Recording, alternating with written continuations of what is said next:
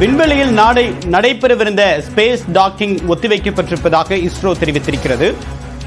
கடந்த வாரம் விண்ணில் ஏவப்பட்ட PSLV C-60 ராக்கெட்டில் ஸ்பாடக்ஸ் A மற்றும் ஸ்பாடக்ஸ் B என்ற 2 செயற்கைக்கோள்கள் விண்வெளியில் செலுத்தப்பட்ட நிலையில் அதனை ஒன்றிணைக்கக்கூடிய டாக்கிங் சிஸ்டத்தை சரிபார்க்கக்கூடிய இந்திய தொழில்நுட்பத்தை சரிபார்க்கக்கூடிய முயற்சி என்பது கடந்த 2 நாட்களுக்கு முன்னதாக திட்டமிடப்பட்டிருந்தது.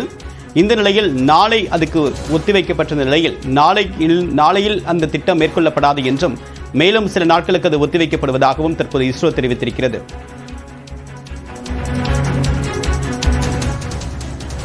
விவரங்களுடைய நிகரான செய்தியாளர் வேல்முருகன், எதற்காக இந்த திட்டம் ஒத்திவைக்கப்பட்டிருக்கு, பின்னணி என்ன? தேவ்பிரின், குறிப்பாக ஸ்பேஸ் டாக்கிங் என்று சொல்லக்கூடிய மிக முக்கியமான ஒரு இஸ்ரோனுடைய ஒரு தொழில்நுட்பம் தற்போது விண்வெளியில அதற்கான ஒன்றிணைக்கக்கூடிய பணிகள்ல தொடர்ந்து கண்காணித்து வருகிறார்கள். குறிப்பா கடந்த 7ஆம் தேதி அந்த ஸ்பேஸ் டாக்கிங் விண்ணில் ஒன்றிணைக்கப்படும் என்று தெரிவிக்கப்பட்டிருந்தது.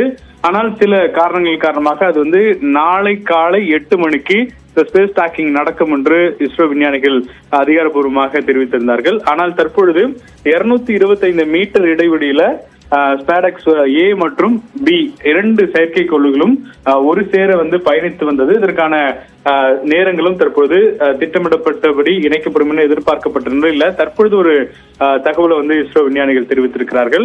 அதாவது போஸ்ட் நான் விசிபிலிட்டி பீரியட் அப்படின்னு சொல்றாங்க. அதாவது என்னன்னா, அதை கண்காணிப்பதுல தற்போது சில தகவல்கள் மாறி இருக்கிறதாக தெரிவிக்கப்பட்டிருக்கிறது. இதன் காரணமாக திட்டமிட்டபடி நாளை இது இந்த நிகழ்வானது நடைபெறாது. அதற்கு காலதாமதம் இன்றி தற்போது அதற்கான குறிப்பிட்ட தேதி இல்லாமல் ஒத்திவைக்கப்பட்டிருக்கிறது.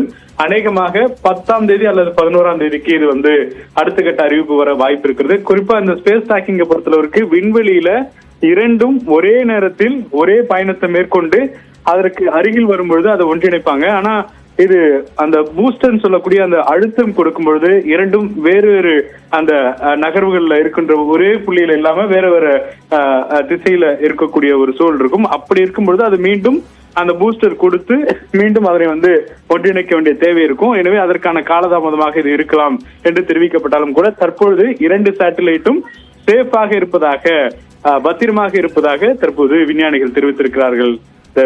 விரிவான தகவலுக்கு நன்றி வேல்முருகன்.